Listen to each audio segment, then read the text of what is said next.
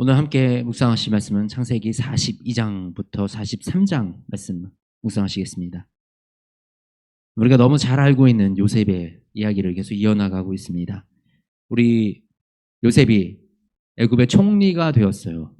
그런데 그 형제들은 요셉이 애굽의 총리가 되었을 거라고는 상상조차 할 수 없었습니다. 요셉이 왕의 그 꿈을 해석해서 풀이했던 것처럼 7년간 풍년이 들고 7년의 흉년이 찾아왔습니다. 그 7년의 흉년 동안 이 야곱의 식구들, 이스라엘의 가정은 먹을 것이 없어서 애굽으로 먹을 것을 찾아 떠납니다. 바로 요셉의 형제들이죠. 그 형제들이 요셉의 앞에 서서 요셉에게 먹을 것을 구합니다.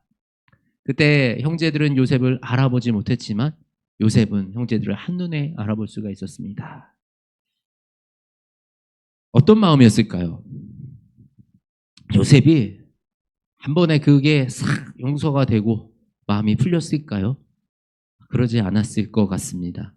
요셉도 사람이었기 때문에 그 마음 안에 엄청난 소용돌이가 쳤겠죠. 반가움도 있었을 거고 그리움도 있었을 것이고 미움도 있었을 것이고 이 사건의 전말 누가 나를 이렇게 만든 건지에 대해서 알고 싶기도 했을 것이고 그런데 내 앞에 당장 형제들을 놓고 또 얘기하다 보니 막내가 있대요. 우리 엄마 나의 친모 라헬이 한 명 더 낳았대요. 그 아이 이름이 베냐민이래요. 이 베냐민은 잘 있나? 이 양반들이 나처럼 나를 대했던 것처럼 우리 베냐민도 못살게 굴고 어디 해코지하고 죽인 건 아닌가 이런 생각도 드는 그런 요셉의 모습을 우리 42장 43절에 볼 수가 있습니다. 이것이 우리의 모습인 것 같습니다. 우리가 성경 말씀에서 이 용서라는 주제로 우리가 많은 이 말씀을 듣습니다. 용서하라. 너희가 용서한 것 같이 하나님 아버지께서 우리를 용서하실 것이다 라고 이렇게 말씀을 하십니다. 그런데 그래서 때로는 교회 안에서 용서를 강요하는 모습을 또 봅니다. 죄를 지은 사람은 잘못했다고 생각도 안 하고 사과도 안 하고 죄는 반복되고 있는데 당한 사람 보고 용서하라 그러는 거 이것은 잘못된 것입니다.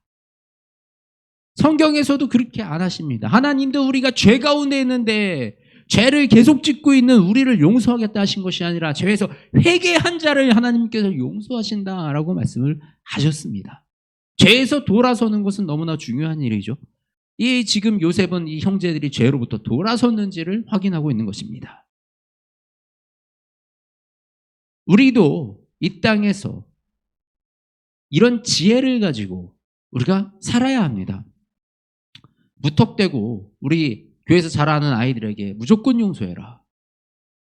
그런 것이 아니라 우리가 지금 이 용서해도 되는 상황인지 아니면 이 사람은 아직도 죄 가운데 있는지 우리가 분별하고 만일에 이게 죄 가운데 있다면 그에 합당한 조치를 취할 수 있도록 하는 것이 우리가 가지고 있는 지혜입니다. 그 합당한 상황인지 알기 위해서 지금 요셉은 여러 가지 방법을 다 동원하고 있는 거거든요. 이 시므온을 잡아놓고 형제들을 다시 보내서 그들에게 다시 베냐민을 데려오라 그러고 베냐민을 데려와서 그 형제들하고 베냐민의 관계를 확인하고 그리고 거기에다가 또 금잔을 집어넣어가지고 다시 보내고 이런 여러 가지 테스트를 통해서 이들의 정직한가 이들이 어떤 사람인가 어떻게 변했는가 이들이 동생은 어떻게 대하고 있는가 확인하고 있습니다. 이것이 지혜입니다. 우리가 성경을 너무나도 단편적이고 한쪽 평양으로 본다 그러면 사실 그것 때문에 우리 아이들이 어릴 때 학교에서 일상생활 속에서 오히려 지혜롭지 못하게 오히려 당하고 사는 그런 일이 발생이 됩니다. 만일에 우리 아이들이 학교에서 지금 지속적으로 당하고 있다면 우리가 해야 될 것은 용서가 아니라 신고가 되겠죠. 그 일을 처리하고 그 일이 멈추게 만들고 그리고 그 아이들을 정해진 벌을 받게 만들고 그리고 용서해야 되겠죠. 우리가 세상의 법을 따라서 처벌받는 그것은 너무나도 당연한 것입니다. 그리고 그 처벌 이후에 우리가 그들을 미워하지 않고 그들을 용서하는 것, 이것은 필요하겠죠. 우리가 이 처벌까지 했는데 그 다음에도 용서하지 못해서 마음에 앙금을 품고 복수를 하겠다, 평생 끌고 사는 건 결국 누구에게 해로운 일입니까? 나에게 해로운 일이에요. 그렇게는 하면 안 되겠죠. 그렇지만 우리가 그런 검증의 단계를 거치는 것, 그런 것은 요셉도 함께 그런 단계를 거쳤다라는 사실입니다. 우리가 말씀을 통해서, 우리가 이 성경 속의 인물들을 통해서 너무 단편적으로 보지 말고 이렇게 행했던 일들을 통해서 우리가 이 지혜와 지식을 배우기 원합니다. 그래서 이 땅에 살아가면서 눌린 자로 살아가는 것이 아니라 주님의 말씀 안에서 승리하는 자로 살아가는 그 지혜가 우리에게 있기를 주님의 이름으로 축복합니다.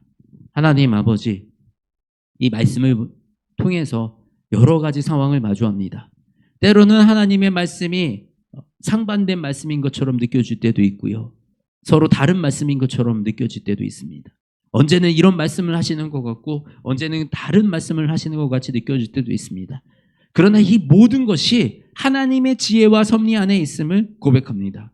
하나님, 우리에게 깨닫는 은혜를 더하여 주시어서 우리가 어떤 상황에서 어떤 말씀을 의지하여야 되는지 분별하게 하시고 그 말씀 속에서 지혜를, 지식을 우리가 얻어서 하나님의 방식대로, 하나님의 뜻대로 우리가 이 세상을 살아갈 수 있도록 도와주시옵소서.